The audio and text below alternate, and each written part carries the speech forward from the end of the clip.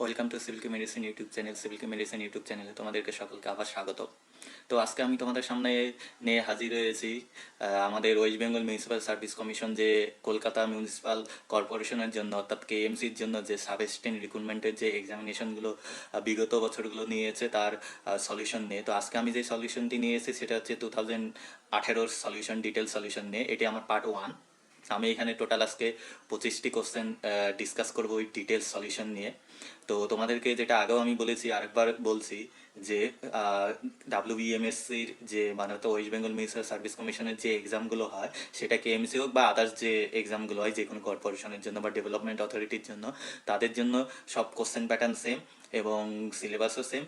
এবং যেটা হয় সেটা হচ্ছে ওনারা কিন্তু কোশ্চেন পেপার দিয়ে দেয় না, সেই কোশ্চেন বুকলেটটা হচ্ছে আমাদের যে ওএমআর শিট আছে তার সাথে কিন্তু জমা দিতে হয়। তো তার জন্য কোশ্চেন পাওয়াটা সম্ভব নয়। তো আমি আজকে যে কোশ্চেনগুলো নিয়ে হাজির হয়েছি সেটা অবশ্যই মেমোরি বেস কোশ্চেন, যারা এক্সাম দিয়েছিল ক্যান্ডিডেট তাদের কাছ থেকে, এবং আমিও এক্সাম দিয়েছিলাম।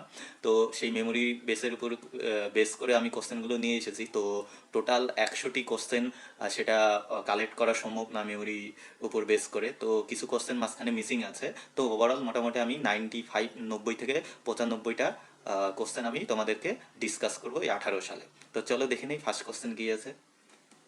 তো ফার্স্ট কোশ্চেন আছে, the portion of brick without a triangular corner equal to the half of the width and half of the length is called. খুব ইম্পর্টেন্ট কোশ্চেন, যেটার জন্য অ্যান্সার অফ কিং ক্লোজার। কারণ without a triangular corner equal to the half of the width and half of the length, সেটা হচ্ছে king closure বলা। আর কোনো brick যদি length wise যদি হাফ হয় তখন তাকে বলা হয় কুইন ক্লোজার। ঠিক আছে, এবং বিভেল ক্লোজার আর মেটার ক্লোজার বলতে কি বোঝায় একটু দেখে নাও, তাহলে আর সুবিধা হবে আমাদের। সেটা হচ্ছে এই হচ্ছে আমার ব্রিকের টাইপগুলো।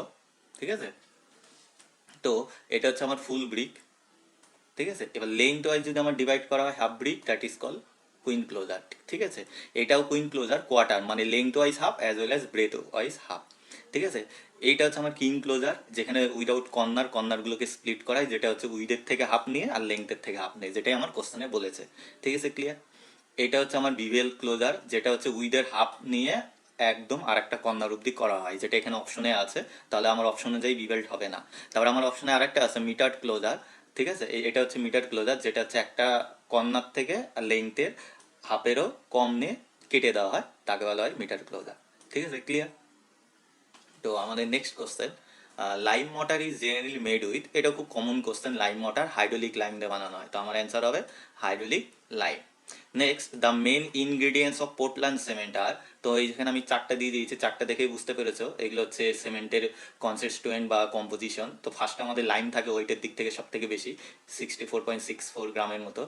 তারপরে থাকে সিলিকা, তারপরে থাকে অ্যালুমিনা। তো main constituent as per option হিসাবে তাহলে লাইম অ্যান্ড সিলিকা আসবে। তো আমার অ্যান্সার হবে A, lime and silica. Clear. Next যেটা আছে number 4, Le Chatelier device is use for determine the, খুব common question, direct question obviously. এটা করা হয়েছে সাউন্ডনেস টেস্ট করা হয়, সাউন্ডনেস অফ সিমেন্ট। ঠিক আছে, next question, question number 5, the most commonly use retarder in cement is, obviously answer হবে gypsum. কারণ আমরা জানি সিমেন্টে জিপসাম ইউজ করা হয় যে কুইক সেটিং বা ফ্লাশ সেটিং যেটা হয় সিমেন্টে, সেই ফ্লাশ সেটিংকে প্রিভেন্ট করার জন্য। তো অবভিয়াসলি জিপসাম হচ্ছে রিটার্ডার হিসাবে ইউজ হয়। বাকি যেগুলো আছে ক্যালসিয়াম ক্লোরাইড, ক্যালসিয়াম কার্বনেট, এগুলো কিন্তু অ্যাক্সেলেটার। ঠিক আছে, তো আমার অ্যান্সার কিন্তু জিপসাম। আমার নেক্সট কোশ্চেন সেটা হচ্ছে the percentage of carbon content in mild steel, আমরা জানি মাইল স্টিলে কার্বন কন্টেন্ট সব থেকে কম থাকে, তার জন্য এটা বেশি ডাকটাইল হয়, তাহলে এটার অ্যান্সার হবে less than 0.25, less than 0.25। Clear. Next question, triaxial compression test is use to find the dash of soil, soil মেকানিক্সের কোশ্চেন, ডাইরেক্ট কোশ্চেন, খুব ইজি। আমরা জানি ট্রাইঅ্যাক্সিয়াল টেস্ট করা হয় শেয়ার স্ট্রেংথ ডিটারমাইন করার জন্য, শেয়ার স্ট্রেংথ, কম্প্রেসিভ স্ট্রেংথ হবে না, পারমেবিলিটি হবে না, স্পেসিফিক গ্র্যাভিটি হবে না। ঠিক আছে, next question number 8, dash apparatus is use to test liquid limit. ঠিক আছে, এটা সবাই জানে, লিকুইড লিমিট হচ্ছে ক্যাসাগ্রান্ডে অ্যাপারেটাস ইউজ করা হয়। ঠিক আছে, ক্যাসাগ্রান্ডে অ্যাপারেটাস। ঠিক আছে, liquid limit. Next question. The shape of the bending moment diagram over the length of a beam carrying UDL, uniformly distributed load, is always. তো আমরা জানি কোনো একটা বিম যদি ইউডিএল লোড ক্যারি করে, ইউনিফর্মলি ডিস্ট্রিবিউটেড লোড, তার bending moment diagram হয় parabolic. তো আমার অ্যান্সার হবে B, parabolic. Clear?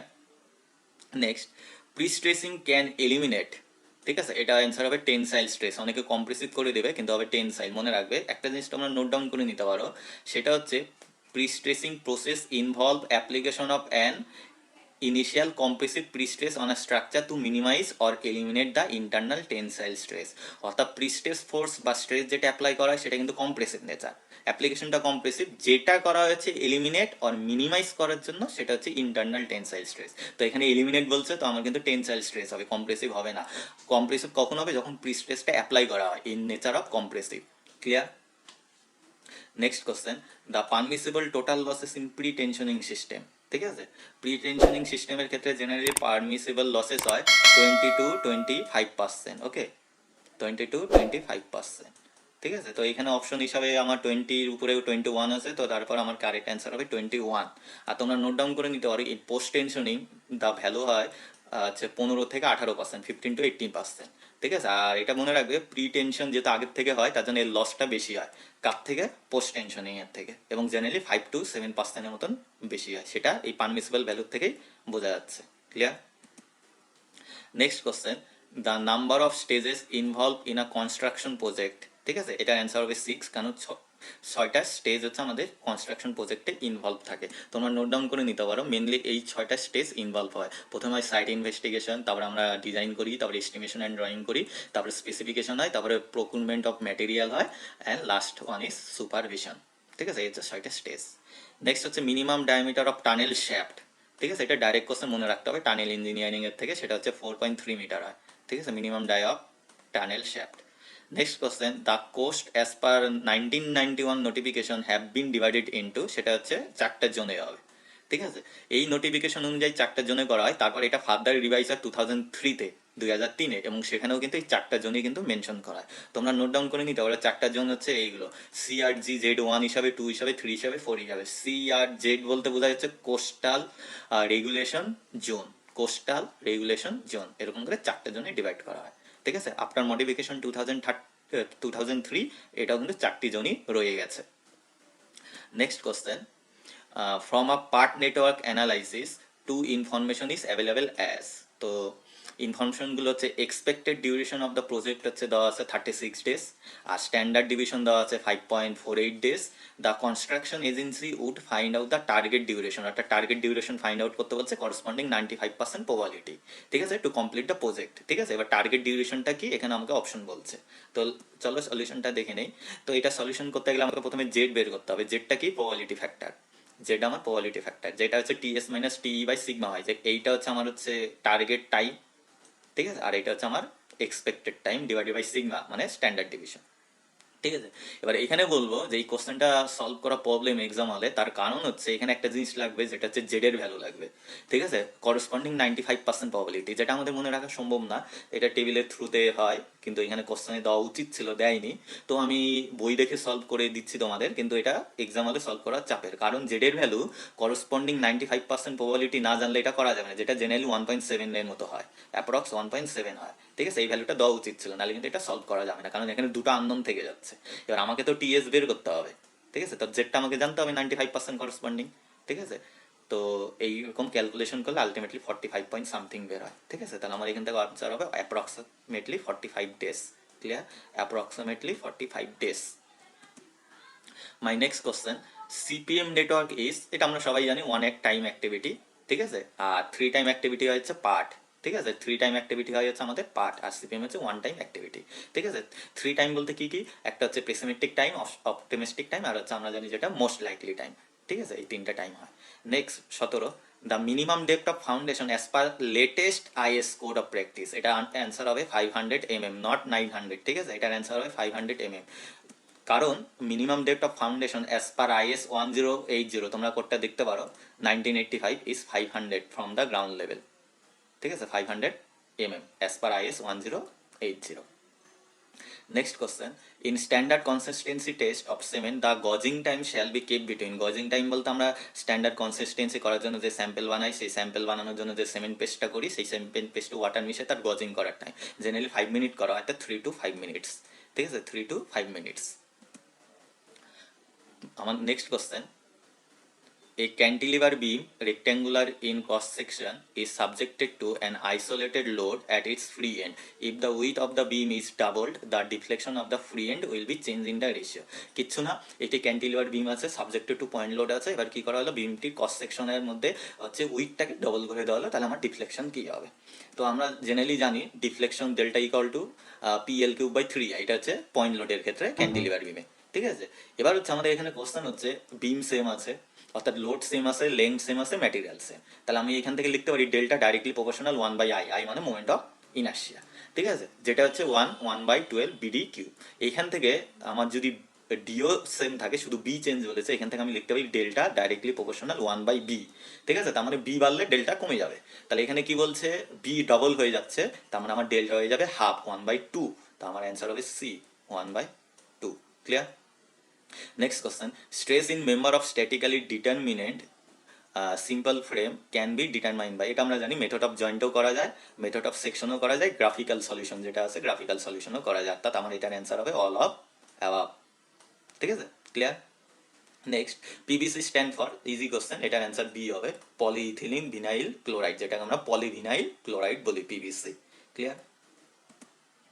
Next question, if the modulus of elasticity E of a material is twice the modulus of rigidity, অর্থাৎ E হচ্ছে G এর দ্বিগুণ, then the bulk modulus of K, মানে আমাদের K বের করতে বলেছে। চলো ইজি সলিউশন আছে, এইটা তোমরা মনে রাখবে, এই ফর্মুলাটা কিন্তু এমনিও এমসিকিউ পারপাসে কিন্তু প্রচুর আসে।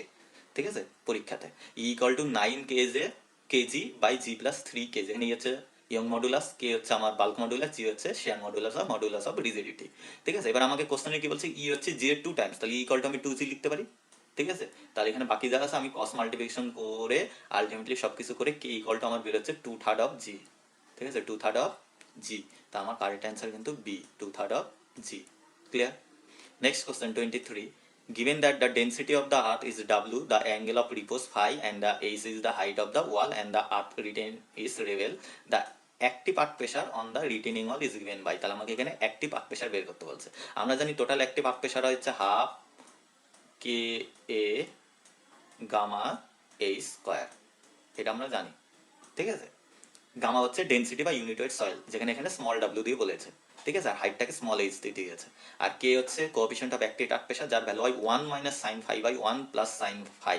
তো এবার এক এক করে আসি, অপশনে কোথায় আছে মাইনাস দিয়ে, তো 3 দিয়ে এটা হবে না, এ আমার হবে না, আমার অ্যান্সার কিন্তু বিটাই হচ্ছে, কারণ 1/2 ডাব্লিউ এইচ স্কোয়ার মানে gamma H square into k মানে 1 - sin phi / 1 + sin phi। Clear? Next question, highly plastic clay exhibits shearing strength from, ঠিক আছে, অপশনগুলো আছে resistance due to interlocking of soil particles, frictional resistance between the individual soil grain, addition between the soil particle. Answer কিন্তু all of this হবে, আমার answer all of this হবে, আমার answer all of this হবে। ঠিক আছে, কারণ সবগুলোই করে।